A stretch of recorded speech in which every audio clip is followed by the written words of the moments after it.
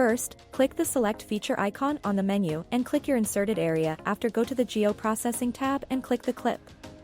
Then select the Input feature as GN Polygon and set the Clip feature as the same layer.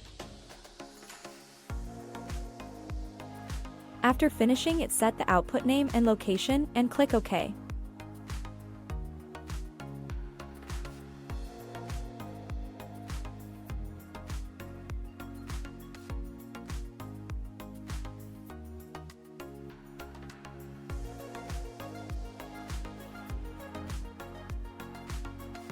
Let's see how to clip a road network using a selected polygon.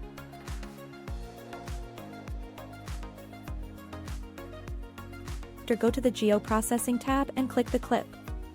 Then select the Input feature as Transport Line layer. And set the Clip feature as the AdGNPG Clip 1 layer. After finishing it, set the output name and location and click OK.